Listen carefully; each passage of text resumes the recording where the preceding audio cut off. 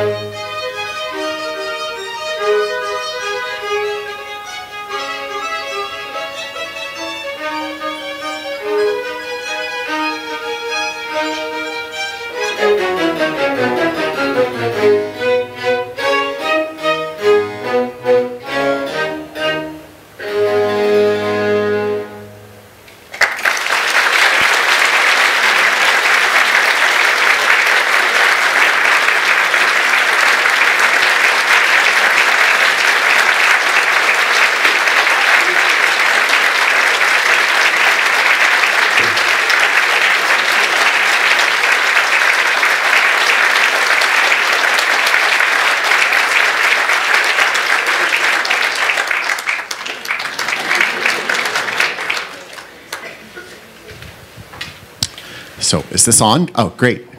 Good morning, ladies and gentlemen.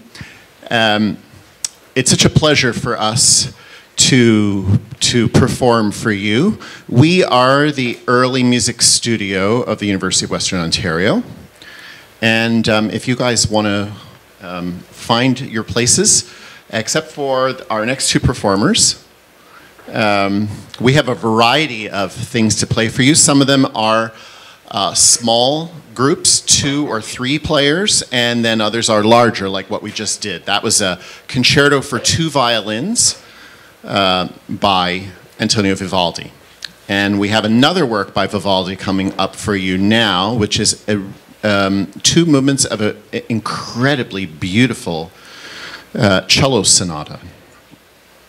Just to tell you a little bit about the Early Music Studio, we are part of the Faculty of Music, of course, and the Early Music Studio offers kind of a basket of courses. Well, basket's maybe too big, but we offer to take this course in 4 different ways.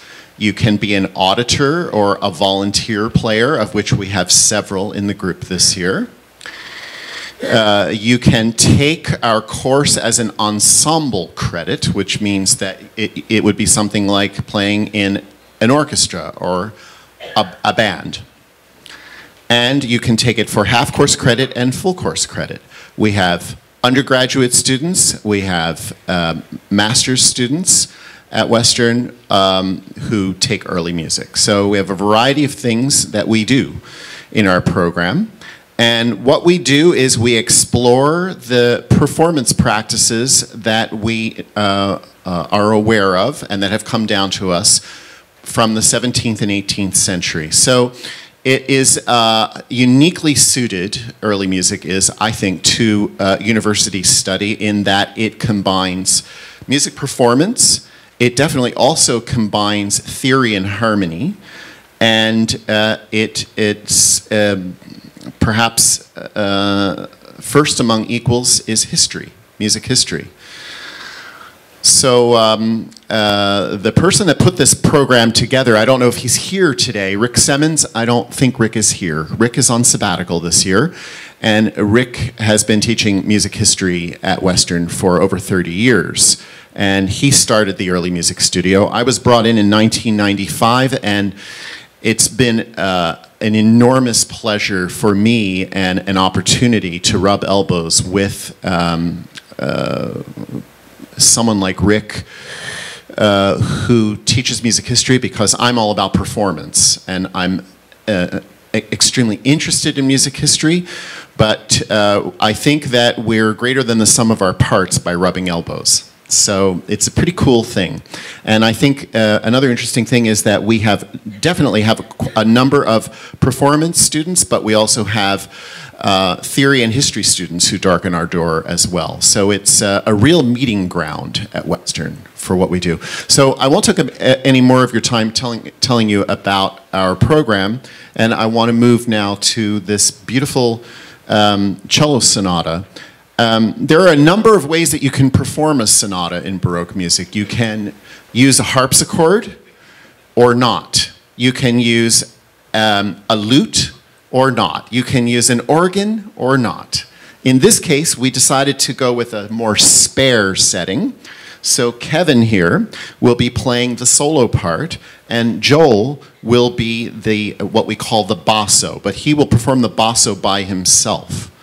And I think this brings a really, this kind of spare, stark way of setting it up has a special beauty, which is kind of particular.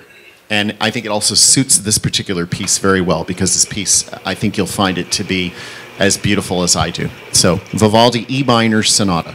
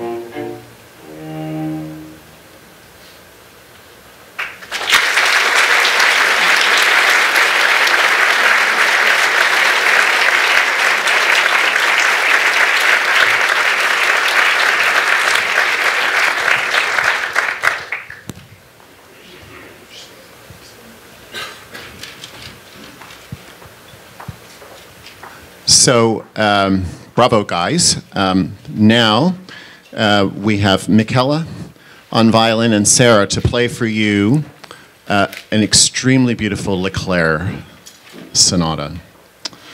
There were 3 Leclair composers, and this is the most well-known one, and 2 things he's really well known for. One is that he wrote extremely beautiful music, although almost all of it was for violin, and he was murdered.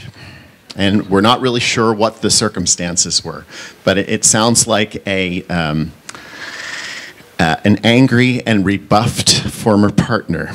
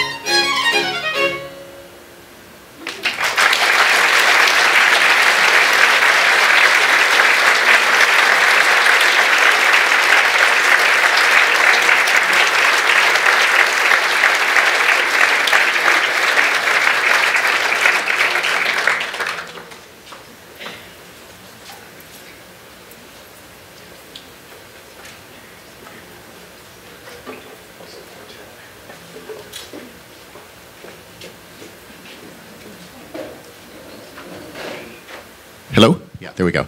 The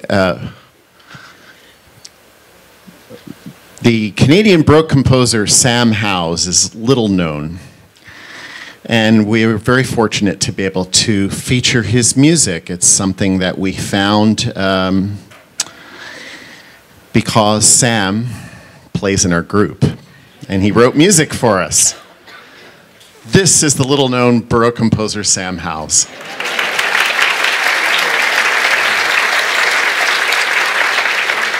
And I want to say he may be little known now, but when you hear how beautiful this music is, I am guessing that he won't be little known for long. So I'm going to let Sam say a few words about his 3 dances that we're going to play for you this morning. Thank you so much, Joe. As you said before, so much of what we do here is a mix between performance and theory and history. And so my time here in the early music studio has given me really an invaluable opportunity to engage with music not only as a performer, but also as a composer. So I'd like to thank our director, Joe, for his support and his mentorship over the last 3 or 4 years, and for programming my music today. So I hope you enjoy it. Thanks.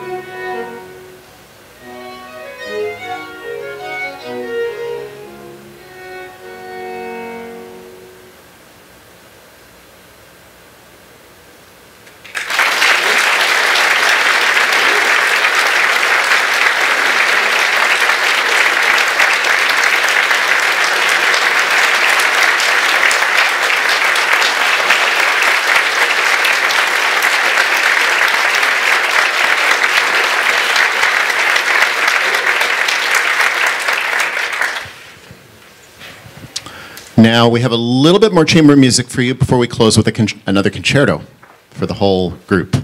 And this is 2 movements of some very lovely Telemann.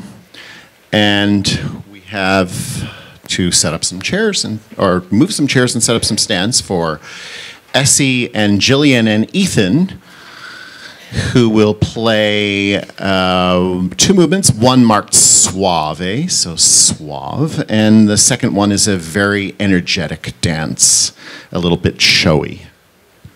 So please welcome our trio of Essie, Jillian, and Ethan.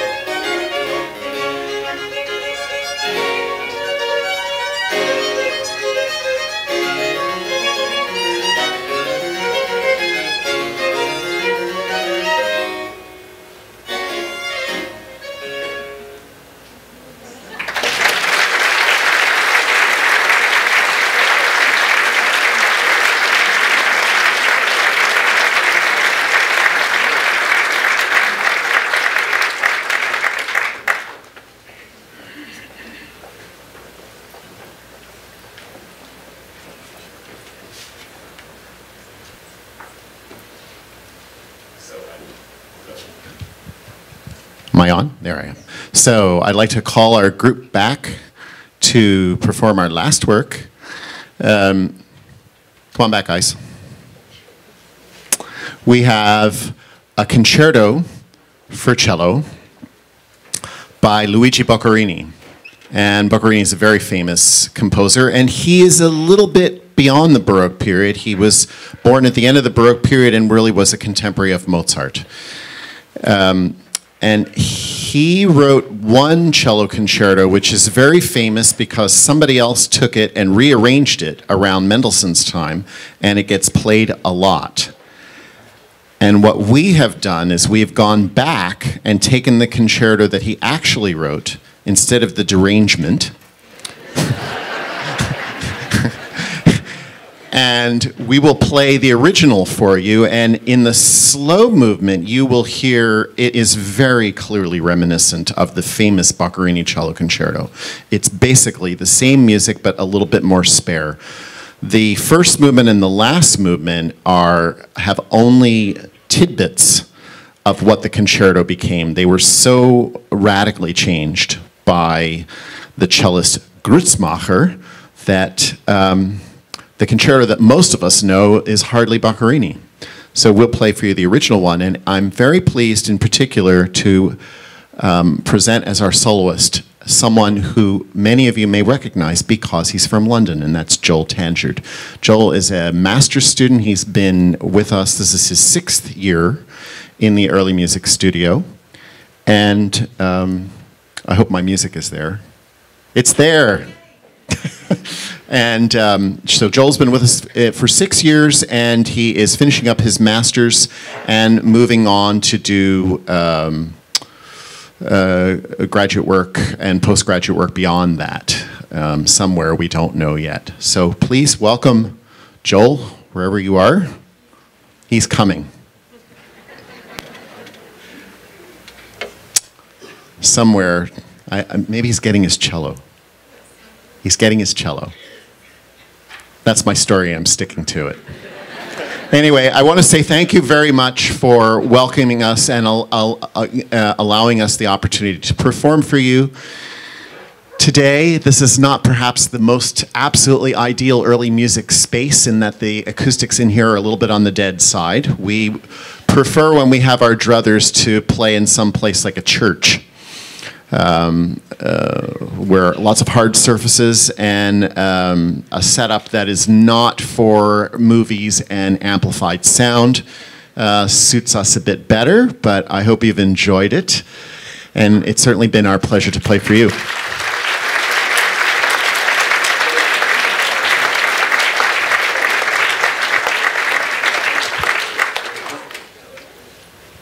Okay, so it sounds like we have an issue.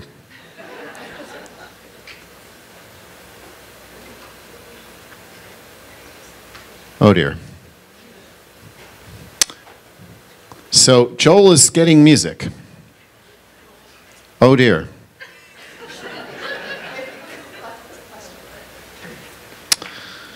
If you could see what I can see right now, then you would know why Joel's not wanting to play from this music. Okay, my stand-up comedy is not really the best.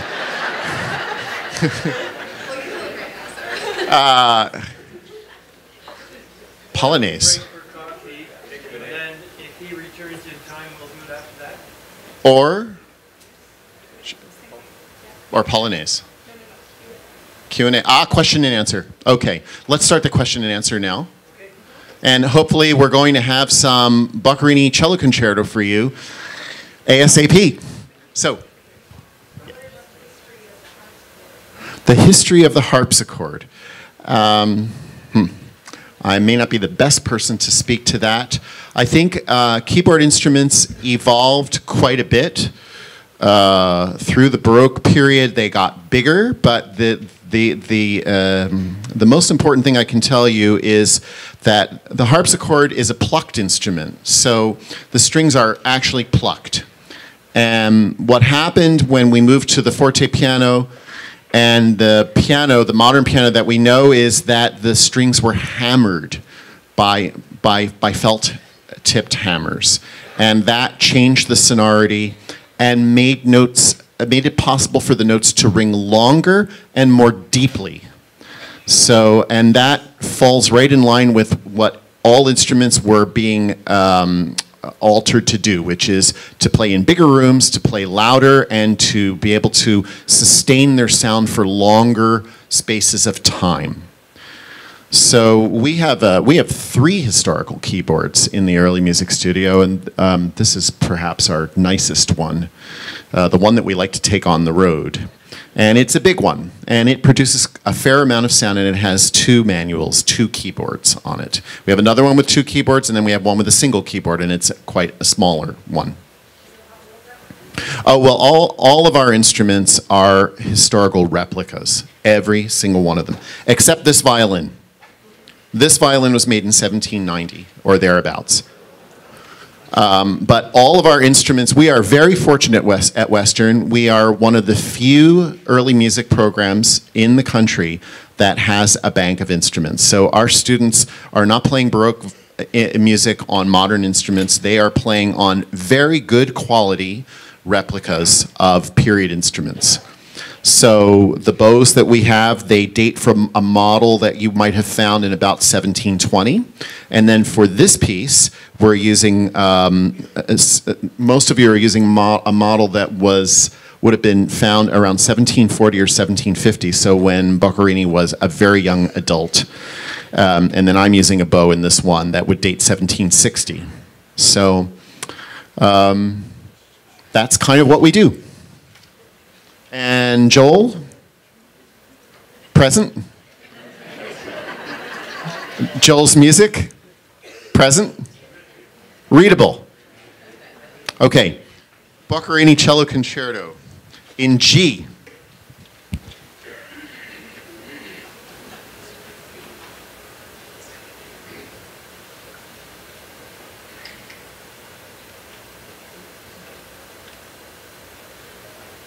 Because we play on gut strings, they're a little bit more finicky for tuning, so we're going to tune again.